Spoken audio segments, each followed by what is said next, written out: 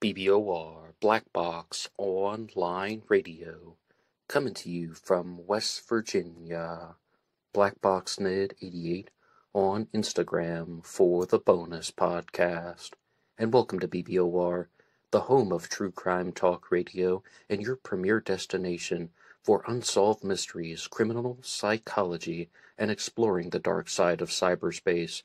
My name is Ned DeHaan, and I am your host, as well as the creator of AstroPsych 400 here on YouTube, and regular contributor to the Zodiac Killer channel. And a great way to support these shows is just by listening to some more content. But you can also go over to Amazon.com and have a look at the book Killer on a White Horse, written by me, Ned DeHaan. It is a novel, murder mystery, inspired by the Zodiac Manson connection, but it is indeed fictional. However, who doesn't love a good mystery? And there is always the TeeSpring page. Feel free to check out some of the merchandise. And remember, being weird is not a crime. Let the show begin. Okay, hello everybody. Today is Friday, another Anything Goes Friday. Welcome to the show. How's everybody doing? Firstly, I would like to give a big thank you to everyone who has been following along with the Zodiac Monday episodes, as well as the weekly segment that now comes out about Jack the Ripper, Ripper Wednesday. And I am also proud to announce that the Black Box Online Radio membership has been launched, and that will give you all types of bonus features and bonus content available throughout BuyMeACoffee.com, and the regular donation page is still up and running. Anybody who makes a donation or contribution to help support the show will get a shout-out on Zodiac Monday. On a previous Zodiac Monday, I had the opportunity to interview Jeramy, who is the author of the book So I See You Don't Paint Houses, and it explores the possibility of Richard Gaikowski being the Zodiac Killer. And throughout our conversations, I learned that Jeramy is also a big follower of the D.B. Cooper case, and he has a suspect in that mystery as well. A suspect that some of you probably know, named Kenneth Christiansen. So today we're going to be talking all about D.B. Cooper, looking at the suspects, and hearing a lot about how Kenneth Christiansen may have indeed been D.B. Cooper. Jeramy, are you with me? Hi, this is Jeremy. How are you, Ned? Yeah, of course he's with me. We're doing another in-studio interview, just a little bit of radio formalities. So, Jeramy, would you like to give us a brief introduction as to who was D.B. Cooper? Hi, so this is Jeremy, and I'm going to give a little prelusion here as I start, and that's, as you know, and I'll make one quick reference to the Zodiac case. I have published a book, authored a book about the Zodiac called So I See You Don't Paint Houses, and I consider myself well informed on that case, and I'm not saying that I'm an expert when it comes to all of true crime. I'm simply not. There are plenty of cases out there that I simply just don't have any knowledge of at all. The Black Dahlia murder, there's handfuls and handfuls of them. But D.B. Cooper is another case where I feel quite strongly in my own opinions. I feel I'm well informed. I wouldn't say I'm as much of an expert as I am in the Zodiac case, but once again, I've done my research. And in this case here, the great part is that there is already a book written about the man who I believe is D.B. Cooper. There's multiple books written about multiple D.B. Cooper suspects, but the man who I think in particular, Kenneth Peter Christiansen, to be D.B. Cooper, there has been a book published about him. It's called Into the Blast. It's by Skip Porteous and Robert Blevins, and they do a great job. They're extremely well informed, and throughout this interview, I'm going to make references to the book. I'm going to make references to Kenneth Peter Christiansen's brother, Lyle Christiansen. I'm going to make references to Kenneth Peter Christiansen's past, including his jobs with Northwest Orient, his job as a purser, his time he spent in Shemaya, Alaska. I'm also going to make reference to his friend Bernie Giesman, and I'm just going to add a couple things that aren't available in that book. I'm sure Robert Blevins and Skip Porteous are 100% aware of everything here. They're very knowledgeable. I know how much knowledge they have. I also have the experience of writing a book. I know you don't put everything you know in a book. Just because it's not in the book doesn't mean they're not aware of it. But I'm just going to try to make some connections that haven't been made or that have been made and just reiterating them, or just drawing on some points to give you a better understanding of why I think KPC is D.B. Cooper. D.B. Cooper is perhaps the most famous skyjacker of all time. Even when some people who aren't true crime followers hear the name D.B. Cooper, already perhaps they can visualize the composite sketches. Maybe it's the one with the wraparound sunglasses, or maybe it's the one that just has the guy with the very thin nose. And would you like to give us an introduction about the D.B. Cooper story? Yes, and I'll also allude to those three sketches from 71, 72, and 73 at the end. But let's just give a 60-second sum of this. On November 24th, 1971, some man walked into the Portland Airport, Portland, Oregon, and purchased a ticket, and the name he wrote down was Dan Cooper, a name that would later be confused by a journalist who thought that it was DB because the early on suspect was had the initials DB. And he boarded the plane, everybody got on. I think that there were 42 people on board, but don't quote me on that number. As I said, I'm not going to know every last detail. And when he got on, after the plane took flight, there was a stewardess who named Florence Schaffner, and she's one of two stewardesses. We'll refer to her, Florence Schaffner, and also Tina Mucklow throughout this entire day. Florence Schaffner was handed a note by this gentleman who was sitting in the back of the plane, the man who had registered under Dan Cooper. And she immediately, from our understanding, put in her purse, thinking it was a businessman handing her a phone number. She didn't think much of it at all. Very quickly after being handed this note, the man actually turned to her and said, "Excuse me, miss, you might want to read that. I have a bomb." At this point where she took out the note and read it, and it said, he basically what he had told her in person was essentially on the note, and he asked her to have a seat next to him. And when she had a seat next to him, he introduced, he did not obviously say his name, but he basically told her what was in the note. He opened up his briefcase and showed her. She got a view of what she determined could have possibly been a functioning bomb. In her mind, she's not a bomb expert. I'm not a bomb expert. She's no way she's going to know for sure, but she is very clear it wasn't just a kid's toy placed inside of a briefcase. It looked legitimate.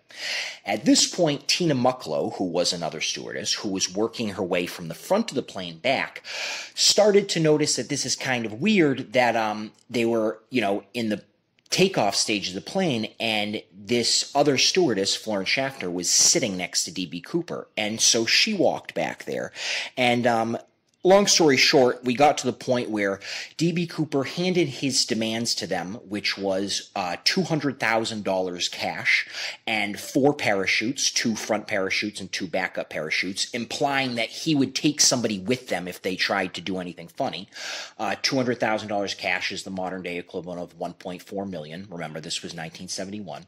And basically, the plane, to give the FBI time, it circled over the Seattle area, for a couple hours, and it eventually landed. And at that point, I believe it was Mucklow was the one who was running back and forth on the plane, bringing the money in several bags, bringing the parachutes, making multiple trips that the FBI supplied after Northwest Orients agreed that, yes, they were going to meet the ransom.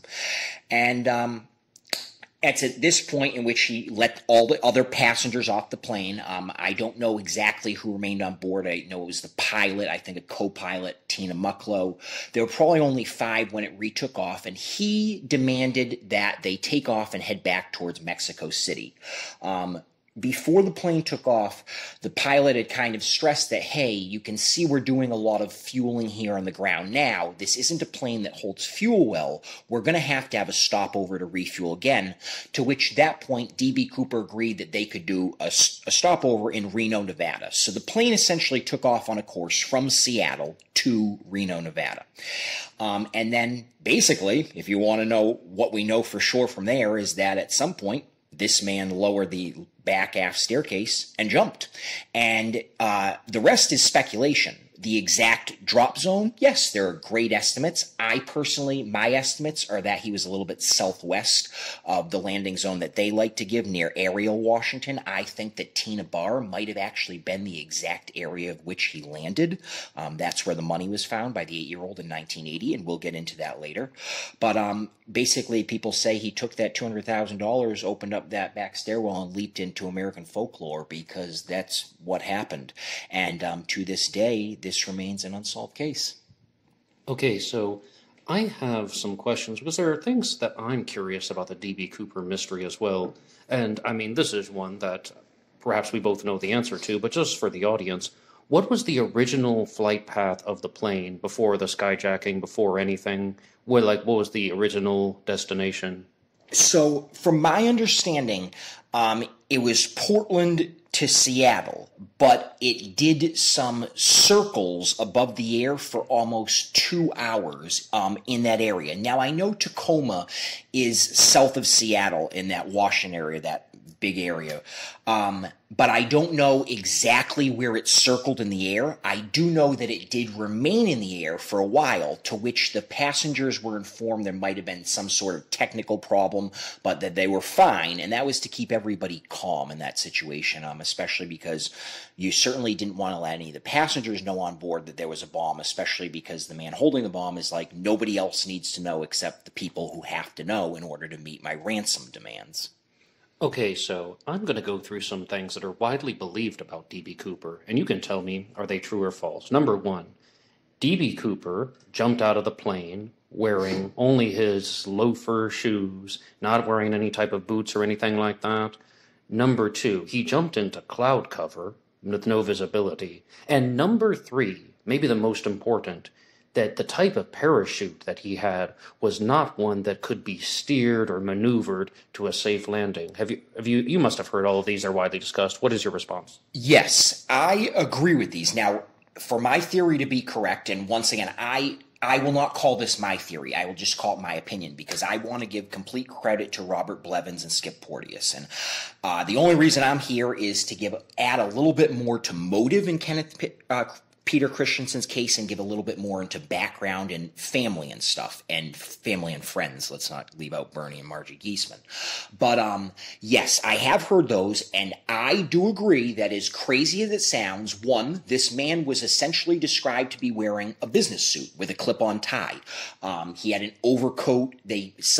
As for the exact colors, there's a little bit of dispute there, but for the most part, he was dressed dark, maybe a white shirt, and he wasn't wearing any sort of what I would call paratrooper gear at that time, and he did carry an additional bag with him when he boarded the plane, and from my understanding, nobody ever saw what was in that bag, but because of the size of the bag, it would indicate that, yes, for the most part, this person did jump out of the plane in civilian attire, in something you could obtain at a thrift shop. And for my theory to be true, he did have to stick the landing. He had to make it. He had to survive. I will talk about the landing zone of what I think, or I'll give two possible scenarios in a little bit. But yes, I have heard all that stuff, and I agree. It does sound a little bit off and a little bit crazy, but yes, I think I agree with most of what you just said there. So you believe that he jumped into cloud cover with no visibility and a parachute that he couldn't maneuver? Okay, so I understand that at that point in the air, remember this is at that level, it would have been 22 degrees Fahrenheit, so it would have been cold. That's number one. It was cloudy that evening because from what I hear, there were on and off downpours, so there had to be cloud cover. From my understanding, he told the pilot to fly as low as possible where you won't stall the plane. So he's basically trying to get some view of the ground. This is where speculation comes in. I'm going to now start to throw in the theory that is theorized by Robert Blevins and Skip Porteous, and that I am in agreement with. This first sentence, I don't know for sure if they think, but I think he was looking for the Columbia River. That's what I think was his marking point. I think once he saw the Columbia River, if he had familiarized himself with that area where Vancouver's right over on the north side and Portland's right over on the south side, and familiarized himself with a little bit east and west, so that way if he could see any part of either of those cities, even the outskirts and the Columbia River, he would know that's where I jump. And considering the flight path from anywhere in that area of Washington, that northwest part, all the way to Reno, Nevada, would fall over that generic area. I agree with some of the models that I've seen that would describe that he's landed in aerial or what I determine to be a little bit southwest of there. But if you're at that level and it's dark, which it was, and it's cloudy, which it was, and he chose what, from my understanding, would not be the more advanced chute, which he did. It does seem crazy, and it does seem difficult. I do believe that it explains why where he landed might have been a couple miles off of where he desired to land. And I think that that explains my own personal opinion, and I'll state it right here, is that Tina Bar is actually where he landed. I think that he didn't leave the money there that night. He came back years later, and his motivation was if somebody ever figures it out and does the math, they deserve to be financially rewarded. And that's when he bent back and put the $5,800. But once again, we'll discuss that a little bit later. Yes, I believe he jumped out in civilian attire. Yes, I believe he jumped out in cloud cover. Yes, I believe that he only had some idea of the location he was jumping from. I think he was looking for a generic Vancouver or Portland, somewhere in the city that he knew, the Columbia River right there. And when he got to a certain point where maybe his car was parked, or maybe the trailer that him and Bernie Giesman rented, Kenneth Peter Christiansen rented just the week before or earlier that week, that they never made any use of, that they told anybody, but conveniently rented it. Maybe that was parked somewhere. I don't know. I think that his landing area, for what I described, was just enough off where it would account for darkness and not complete visibility. It does sound a little bit crazy, but it ties into this is the evening he chose to do it. And once he had reached that point, I think he was also of the mindset of no turning back.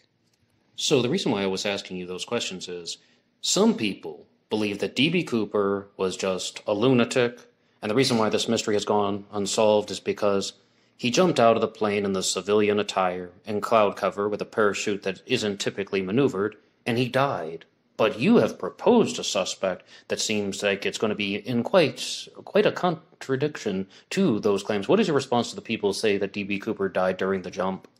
That is not a crazy theory, and especially early on. I can imagine being told this story as a civilian in 1971 on, well, I guess on Thanksgiving Day, would be the first day they wouldn't be using the term D.B. Cooper that on because it came a couple days later, but they would know about it.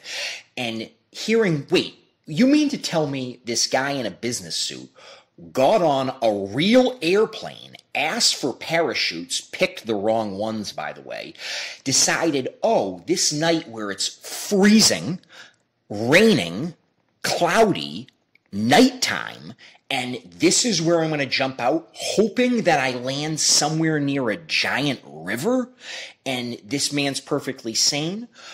I'm going to get into my opinion on the 2 cents of motive-wise.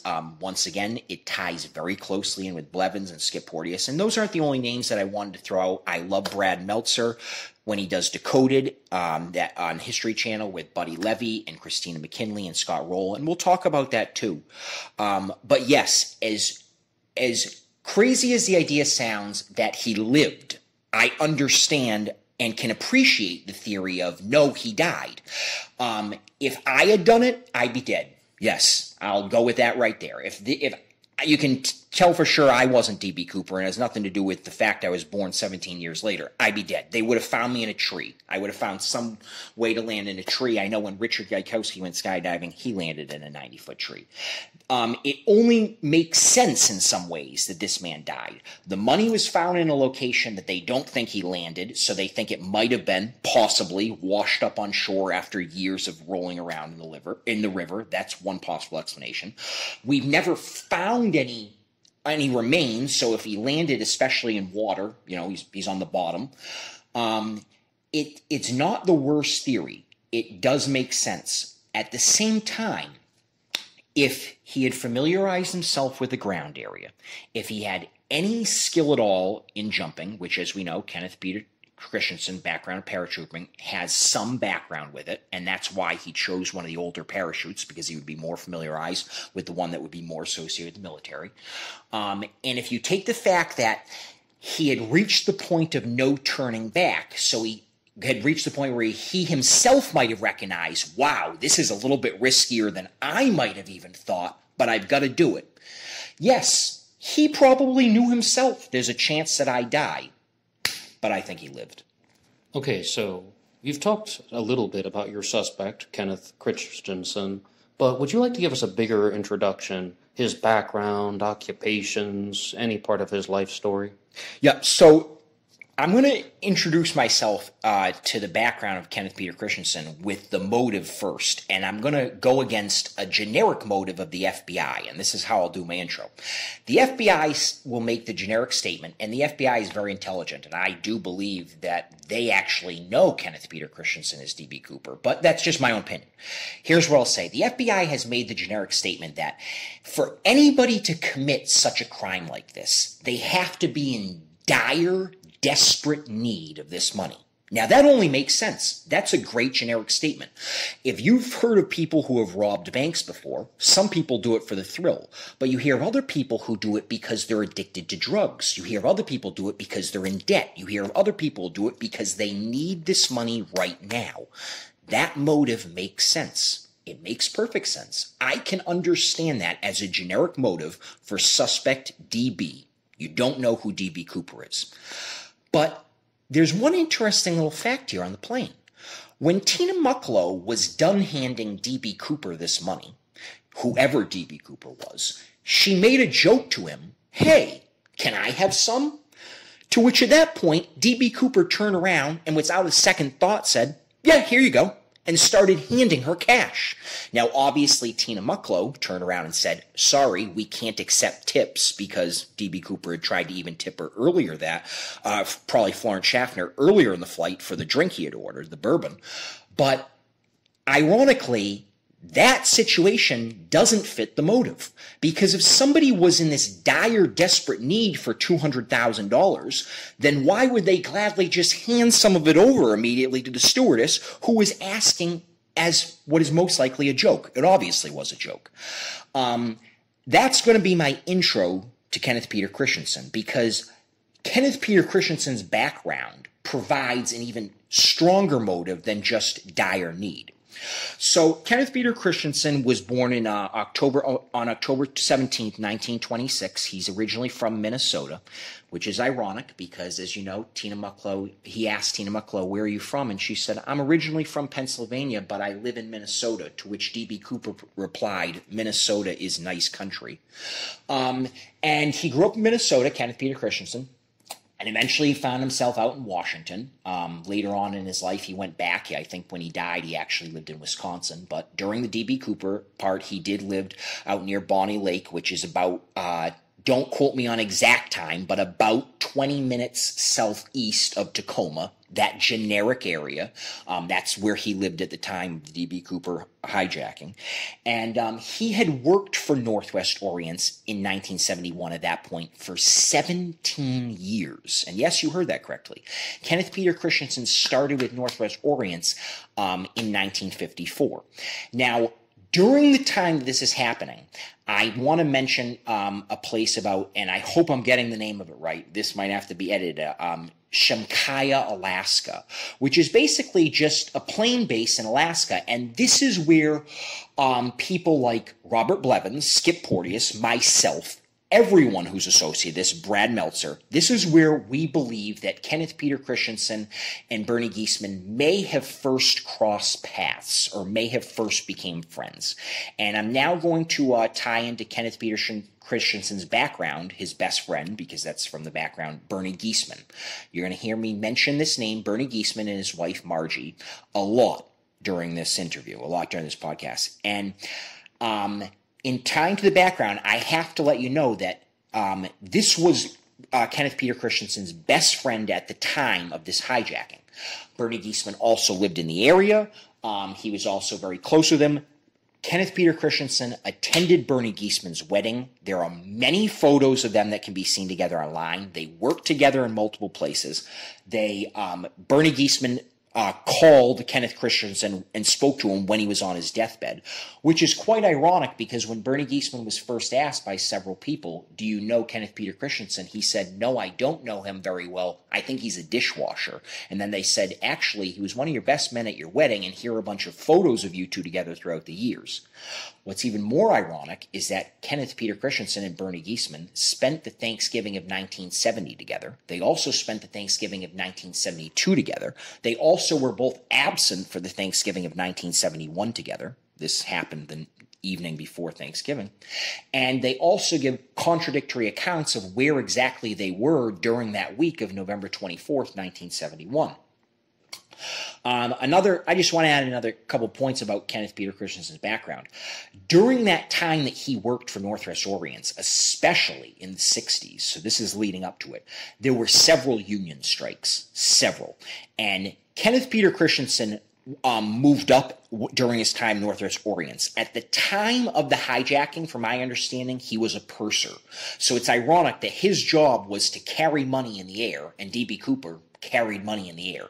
Could be a coincidence, could be a clue.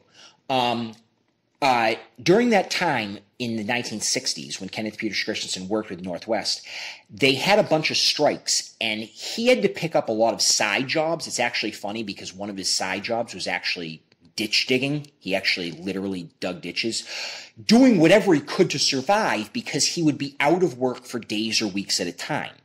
So you can imagine that this person built up an understandable frustration with his employer, Northwest Orients, for several years, almost 2 decades, leading up to the D.B. Cooper hijacking.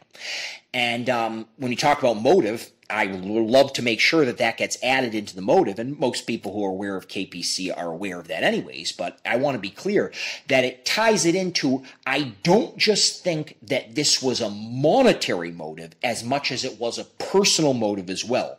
I love the quote when D.B. Cooper turned to the stewardess and said, I don't have a grudge against your airlines in particular, I just have a grudge, which is ironic because I think that he had a grudge against her airlines in particular, which was Northwest Orient. Another couple, 1 or 2 other quick things from his background. From my understanding, he was a lifelong bachelor. He had a different life, a very different life before the Cooper hijacking compared to the life he had after the Cooper hijacking. And he passed away in 1994. And as I said, on his deathbed, his brother Lyle, who I will be talking about coming up, his brother Lyle was standing next to him in 1994 on his deathbed. And Kenny Peter Christiansen looked at his brother and said, there's something that you should know, but I can't tell you. And a day or 2 later, he died. And Lyle Christiansen never forgot that moment. He didn't know what it was, and at that moment, he went years, as you'll find out, without ever having a clue. But those were some of KPC's last words to his own brother. Okay, wow, so many things in there. And one of the first responses I have is you talked about the profiling reason. Why would somebody commit the skyjacking and obtain the $200,000? And you also brought up bank robbing. You must know that it's widely discussed that the biggest criminal fantasy that most Americans have is to rob a bank. And also the monetary issue. I mean, as soon as you were saying that, I was thinking, well, what if somebody desperately needed the money, but they didn't need $200,000? What if it was $50,000 or $100,000? That's why when Tina Mucklow asked, oh, can I have some of that? Well, sure, because the total is already beyond their monetary gains. I mean, those are just possibilities as to why somebody would do that and still be in financial trouble. I mean, do you think that there was a very compelling need for Kenny Christiansen to obtain the $200,000? What would it be for? Was that even important to him? How exactly does it operate? Yes, so those are some very valid points. I guess the way to attack it would be, in a minute I'll talk about some points about why there are some people in the FBI who didn't do further research into Kenneth Peter Christiansen. But in terms of motive, or motive in terms of $200,000 exactly, asking for that amount precisely, I don't recall anything from my own research into KPC's past where, he had a debt of $200,000. If you're asking me to produce a number like that, I can't. I know I can produce a number of $186,000, which is actually how much he had in his bank account when they did Bratton Metzler's Decoded, and Buddy Levy and Christina McKinley were going through his past financial records and saying, wow, isn't that unique that his bank account balance was $186,000, pretty close to $200,000 years after the D.B. Cooper hijacking. But I don't think the motive here is specifically tied into the monetary amount. I think the motive is money, but the money is money owed in KPC's mind. I feel like KPC worked for Northwest Orients long enough where he said, I can't even have, and for lack of a better term, steady employment. I am sick of having to go into work and being told, nope, no work this week because of the strike. No work for these next 3 weeks because of this dispute. He did this for 17 years, and there were quite a bit with Northwest Orients, and being the jobs that he had, which included purser, and as I said, he had a couple jobs Northwest, he would be one of the first people who would be out of work if there was any sort of union dispute. And I think that really got him frustrated. Why he chose $200,000 exactly, I can't answer that question. I do agree with you that yes, a good counter argument to be, did he desperately need the money? Well, what if he only desperately needed $150,000 so he knew he could play with some extra money? That's a great counter argument. It is. I think I made that statement more generically, as in like, I don't think $200,000 was D.B. Cooper's motive, irregardless of who D.B. Cooper was. I think money was his motive, but not necessarily that exact amount. Do I think KPC was ever in a dire situation? It depends how you define dire. If you define dire as in struggling to be housed, because as you know, he even rented a room from Bernie Geisman. Bernie Geisman denied that, and then when they said, oh no, we have proof, he said, oh, well, he was paying my wife. Well, if he's paying your wife those payments for renting a room, he's renting a room from you, and you know that. So, and we'll go into more about what Bernie Geisman said and the question I think they should have asked Bernie Geisman. But in terms of the motive that ties into this, you can make some generic arguments that anybody who would commit this crime might have wanted to do it for the thrill or the desperate need for this money. While I think that those played somewhat of a factor, as in not so much need for this money, but want for this money, or felt that they were owed this money, and also wanting to prove to yourself that you're capable of pulling this off, maybe somebody who's 45 years old and knows that they've done it 20 or 30 years before, 20, 25 years before, but hasn't done it for a while, those also can tie into motives with KPC. So while I've heard some good arguments about he's not exactly the exact psychological profile that a generic D.B. Cooper might have, I agree with that statement. He doesn't fit the behavioral profile of D.B. Cooper exactly. Now, no suspect does, because I can give you counter arguments to Robert Rackstraw or Walter Recca, and we'll talk about them, that don't fit it either. Robert Rackstraw was 28 years old. D.B. Cooper was described as 45. Boom, right there. And I'm not saying that eliminates anybody, but nobody fits the generic profile of D.B. Cooper that I've seen out of the suspects 100%. But does he fit as in somebody who might have felt it was owed to him at that time? Yes, he does. Okay, then I have to ask you about this D.B. Cooper suspect whom you just mentioned, and his name is Robert Rackstraw. He is the suspect that has been brought forward by Tom Colbert and the Case Breakers. They also have a Zodiac killer suspect out there named Gary Francis Post, and I'm going to get right to the point. Do you believe that these people have any credibility at all? And two-part question, are they genuine frauds? All right, this is a five-part question here. So let me go in order with Robert Rackstraw. In terms of what he has that I think D.B. Cooper has, behind Sheridan Peterson, he probably looks the most like the composite sketch. I'll give them that. He fits with the wrong age. I'll talk about Linda LaDuca in a little bit. I want to make a comparison between Linda LaDuca, who is Robert Rackstraw's sister, and Lyle Peterson, who is KPC's brother. He has a he's much younger. He was 28 years old. I believe that he got arrested for trying to fake his own death and then hiding the hanger, and then they ended up finding the hanger, and then they ended up looking at his composite image and the composite image of D.B. Cooper. This is years later, and going, wow, there are some similarities here, and then came back up again in 2016 with Tom Colbert. I don't believe, okay, let me start off with what I do believe. I actually believe in this case, the FBI is more informed than they want to let on. Let me stress this another way. I actually, and this is only my own personal opinion, believe that Bernie Giesman has said something to the FBI that has made them think, all right, that doesn't give us a DNA connection, but you just said something that only somebody could know if they spoke to D.B. Cooper, and now we know for sure KPC is D.B. Cooper. That's just my own personal opinion.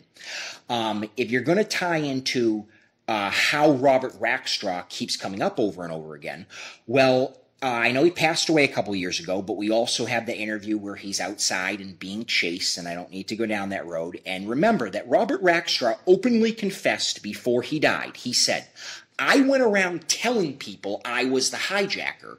It was a joke. Now that you can read on Wikipedia. That can be found anywhere.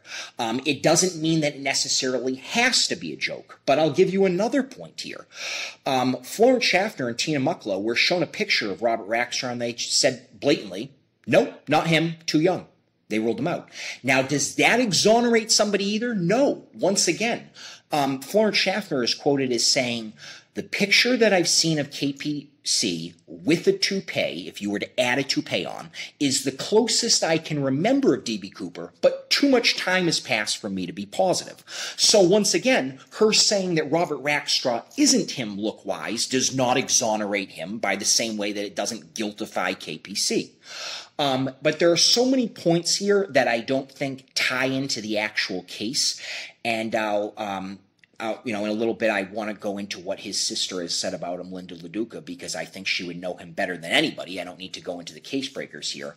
I'm going to hold back my own personal opinion about what I feel about the case breakers, their research into the Zodiac, their opinion about Robert Rackstraw and the whole D.B. Cooper case here. I'm going to hold that back right now. But I will say this, I'll reiterate it, that I am 2 for 2 in disagreement with them. I have a different Zodiac suspect than they do, and I have a different D.B. Cooper suspect, and I am open for a 3-way discussion or a 2-way discussion, referee by Ned, anytime on either of these. Okay, but there is another D.B. Cooper suspect that I have to ask you about, and his name was Richard McCoy. And do you have any comments about him as a suspect and a message to the people who think that Richard McCoy was D.B. Cooper? I don't know that much about McCoy's background, but I will give them this. He also looks exactly like the composite sketch, one of the earlier ones. And I like the hair, the dark hair, and I like the eyes, but I do not feel that he is in any way a legitimate D.B. Cooper suspect. I'm just going to leave it there. Leave it there, but we can't really do that because Richard McCoy was a real skyjacker, right? And after the Cooper skyjacking, he had his own quote-unquote attempt at a skyjacking, so you must have something else to say. Can I answer this question with a question? Yes. Do you feel, and this is just your own personal opinion, and I don't know the answer to this myself because I don't have DNA evidence that proves KPC was D.B. Cooper, but do you feel that the real D.B. Cooper would have attempted something like this again? I think that it's highly possible. What I do not think is that the real D.B. Cooper would have been such a bungler the second time around the way that McCoy was, making all the silly mistakes that McCoy did. He did not commit a successful skyjacking, and the real D.B. Cooper appears to have been someone with a little bit more knowledge, a little bit more finesse, more awareness of all the components of the skyjacking. So, to me, that's always been a big red flag against McCoy. Yeah, I agree. I agree partially. And once again, we're talking about deep diving into opinion here, but that's all that this is. I can't myself picture anybody, considering this is the only, from my understanding, the only successful aviation hijacking history. Nobody else has pulled another one off. The fact that they got away with it, and remember, $200,000 might not seem a lot like now, but it was $1.4 million. That's the equivalent in 1971. AKA, you might not be wealthy, but you yourself are set for life, especially if you're a career bachelor like KPC. I can't imagine D.B. Cooper ever having to try it again. And that's immediately why with McCoy, I'm like, no, this doesn't fit right. But as Ned referenced too, a bunch of mistakes. And it almost feels like to me, if you read about McCoy's experience, that would have been the learning experience. And what D.B. Cooper did would have come afterwards, as in like, oh, now I'll get it right. Not the reverse where he gets it right and then does a whole bunch of stuff wrong just, a year later? I don't know the exact date. It was in the 70s, right? Yes, it was, as Jeremy said, just about a year later. And but let's get back to your suspect, though, Kenny Christiansen. What was his familiarity with jumping, skydiving, paratrooping, all of that? So he had some background. I believe Bernie Giesman said that he joined the Army right out of high school. So he was very young. And I remember, so he was born in 26 and he was with Northwest Orients in 54. So that means he's got to be 28 there. So before that, he does have some paratrooping background, and he also has plenty of. Remember this, in terms of background, I want to give this. Remember that the pilots, not only the pilots, but also the flight attendants, were very adamant. Not only did this man demonstrate clear aviation knowledge, as in, let me give you an example. He knew exactly about tilt the wings at 15 degrees, fly at this height, but at this speed, this many knots, so that way it won't stall the plane. Not only did this man demonstrate strong geographical knowledge, he told Tina Mucklow, hey, that's Tacoma, right outside of Seattle, as they were flying south. She's like, yes, it is. He pointed out McChord Air Force Base and said, that's about 20 minutes outside of Tacoma, which he was right. Not only did he demonstrate those, he demonstrated specific Boeing 727 knowledge, Northwest Orients, the flight he was on. This person demonstrated that they knew information about this plane specifically that even generic other pilots who weren't flying this plane might not know, as in being able to drop the back staircase couldn't be overridden by the cockpit. That's just one example. So we're going to talk about background. Yes, he does have a background in jumping, and people brought up, yeah, but he hasn't jumped in years leading up to D.B. Cooper. That's right. I can't prove that he's done any sort of serious skydiving at all in the 1960s or 70s. I can't prove that. But he does have the background with airlines. He does have the background of paratrooping when he was younger in the Army. I forget which branch he was in. I apologize for that. He has the geographical knowledge because he's lived in that area, and Bernie Giesman obviously lived near the drop zone. So he's in that area and his best friend's in that area. And he also had a different life financially before as he did after. So in terms of a generic background, I think he's a great fit. Okay, and you've talked a lot about Bernie Giesman, but what exactly do you think his role was in the planning of the skyjacking? Is he just someone who was used as a pawn by Kenny Christiansen, or do you think he was someone who played a very large role in orchestrating it, or somewhere in the middle? And I know you have to theorize and speculate and guess a little bit, but I'd be very curious what you genuinely think about that. I actually appreciate Bernie Giesman. Because I think he's actually, in a way, a comic. I think Bernie Giesman, number one, is 100% sure that D.B. Cooper is KPC, that he knew his best friend, Kenneth Peter Christian, was D.B. Cooper. But I know I present in my head two possibilities, and one of them in which Bernie Giesman in no way was an accomplice, meaning that although Bernie Giesman was told about this crime before it happened, and although Bernie Giesman was there waiting at those apartments for KPC to come home to take that picture of KPC, holding the bag in one hand, a briefcase in another hand, missing the black clip-on tie, although I believe that was taken by Bernie Giesman, and although I believe that Bernie Giesman knew about this plan before it happened, I do not think in one of two scenarios that Bernie Giesman had anything more to do with the exact sequence of the crime itself. I'm not talking about after the fact with distribution of money. I'm not talking about discussing it before, but in terms of carrying it out. I believe that there is a scenario in which KPC told Giesman, I'm going to do this all on my own. You're aware of it, but I'll do it on my own so they can't give it back to you.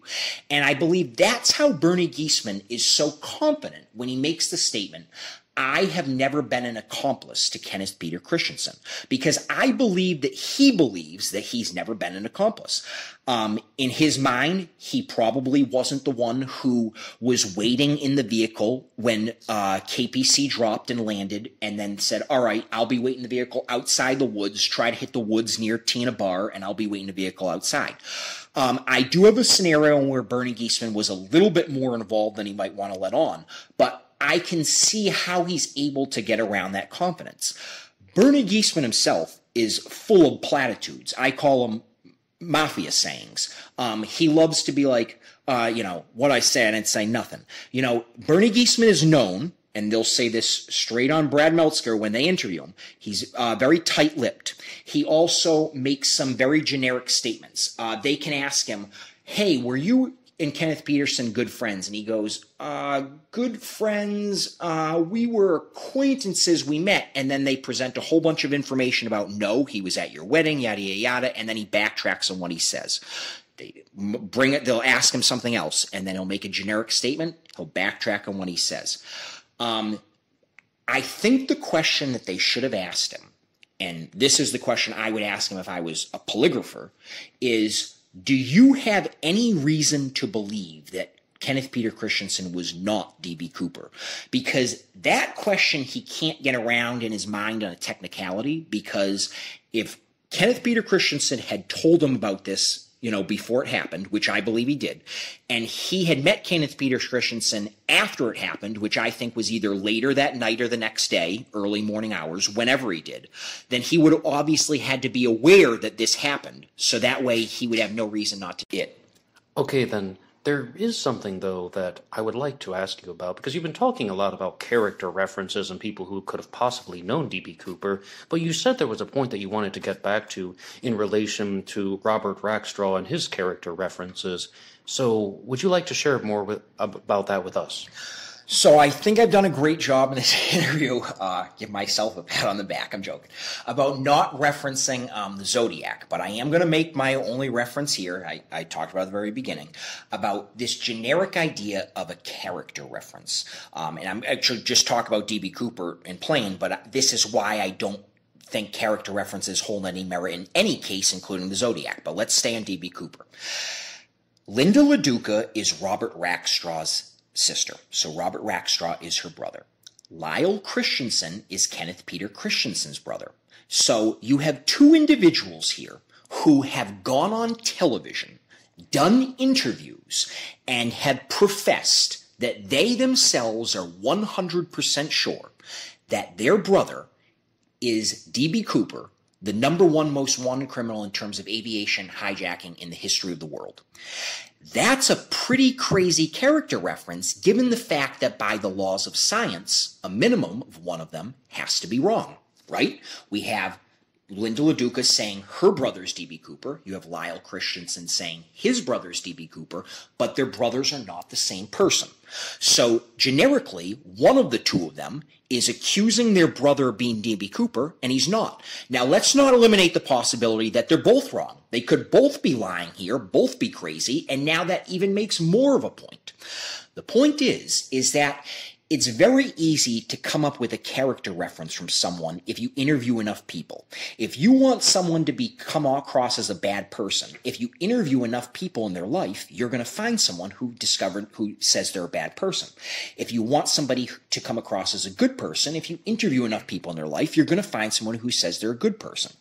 This is why character references mean nothing to me. And now I'm talking about any case. You can do insert case here. Insert Jim Jones, the Jonestown Massacre. If you want to talk about an unsolved one, go back to Jack the Ripper. If at the end of the day, the evidence, whether it's circumstantial DNA, and once again, I'm talking hypothetical cases here, if it points to any sort of suspect, and at the end of the day, there are no other exonerating factors other than I can't picture him being the type. Or, let's put up the counter-argument, he's definitely the one who did it when the evidence doesn't show that. A name I associate with that is Arthur Lee Allen. But let's stick with D.B. Cooper here. You have two different people who are 100% convinced their brother is this worst hijacker in history, and at most, one of them has to be wrong. So you can imagine that the reverse is also true. If you found somebody who really was Jack the Ripper, or who really was the Zodiac, or who really was the Black Dahlia killer, you could probably find someone in their life who's like, no, they couldn't be that person. There's no way I could imagine that. Completely understandable. But you want to know what all those things are? They're character references. They mean nothing. You follow the evidence. Yes, we don't have DNA here, so we have to go with circumstantials. But circumstantials is still 3 steps up from what you want to tell me about this person's behavior, from what you saw from them as their sister, as their brother, as their neighbor, as somebody who worked with them at the good times, as somebody who worked with them at Northwest Orients, as somebody who was with them in the Army like Robert Rackstraw. It does not matter to me as somebody who went scuba diving with Arthur Lee Allen. Your personal opinion of them doesn't mean anything to me in the generic case, insert generic case here. And I think that that's why it's very important here because, and there's a point to this, here it is that Linda LaDuca is very convincing in what she says. She presents a very strong motive for her brother. Her brother's motive in her words, 3 words were, he's owed it. In her mind, her brother had worked his entire life. He had worked a lot of government jobs or, been in the Army. He had been effed over in his mind. And at that point, by the time 1971 rolled around, Robert Rackstraw would have been 28 years old and would have said, hey, I've done all this stuff. You've taught me these skills. You taught me how to skydive, which, Robert Rackstraw did know how to do. You taught me to, want to have a need for money, finances. You taught me all this stuff. I know it. And now I'm going to get mine. And that's how Linda LaDuca presents motive with regard to her brother. That motive is very strong.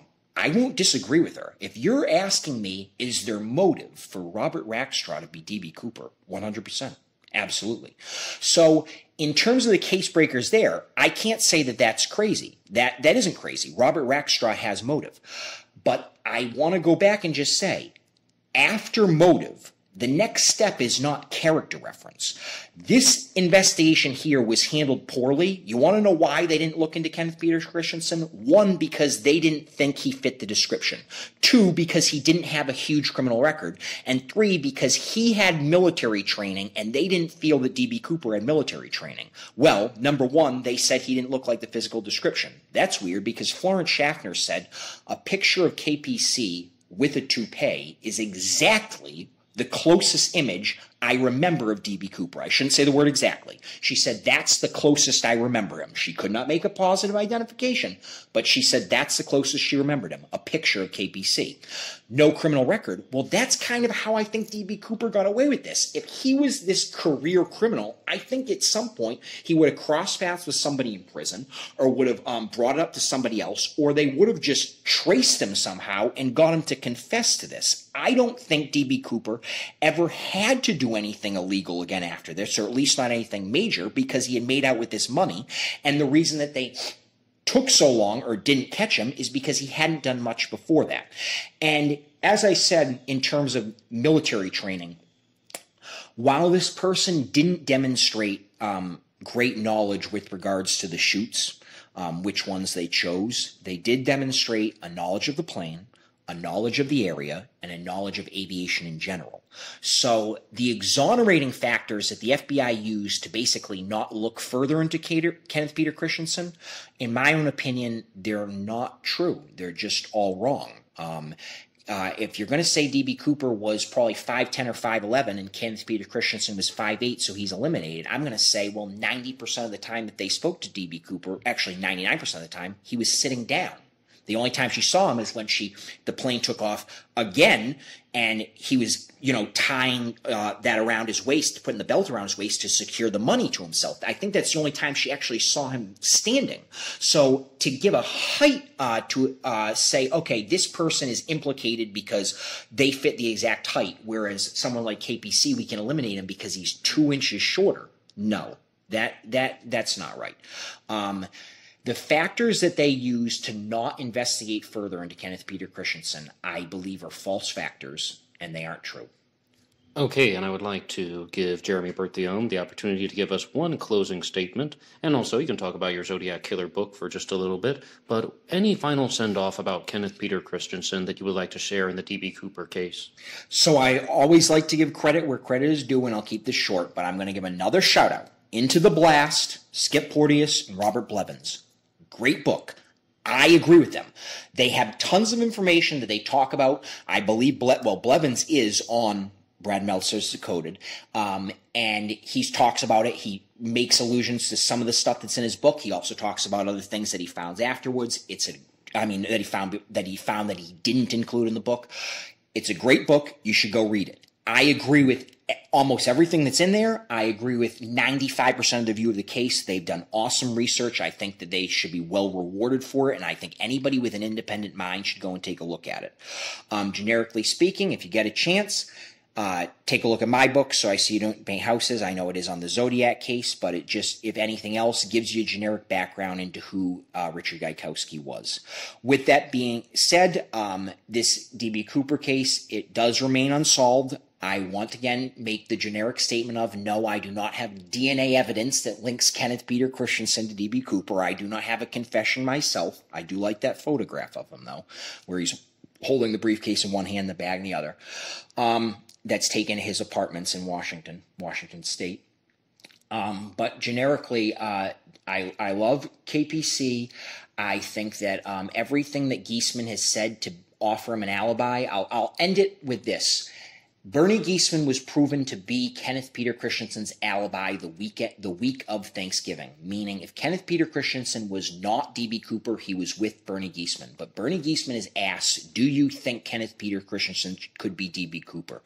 And instead of saying, no, I was with him, he says, yes, he looks exactly like the picture. And to me, that should be enough there where you can eliminate any sort of credibility when it comes to Giesman trying to give KPC any sort of positive character reference. I really appreciate the time you've given me today, Ned. Jeremy Berthiaume, thank you so much.